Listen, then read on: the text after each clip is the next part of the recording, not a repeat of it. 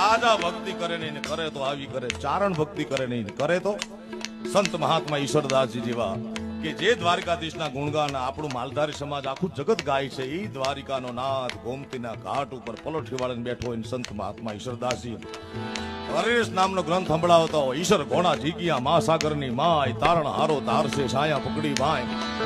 નારાયણ નારાયણા મોરા કાટણ ફંદ, હું ચારણ હરિગુણ ચવા वो तो સોનો ઓર સુગંધ. આ સાખી કીધી એટલે પરખે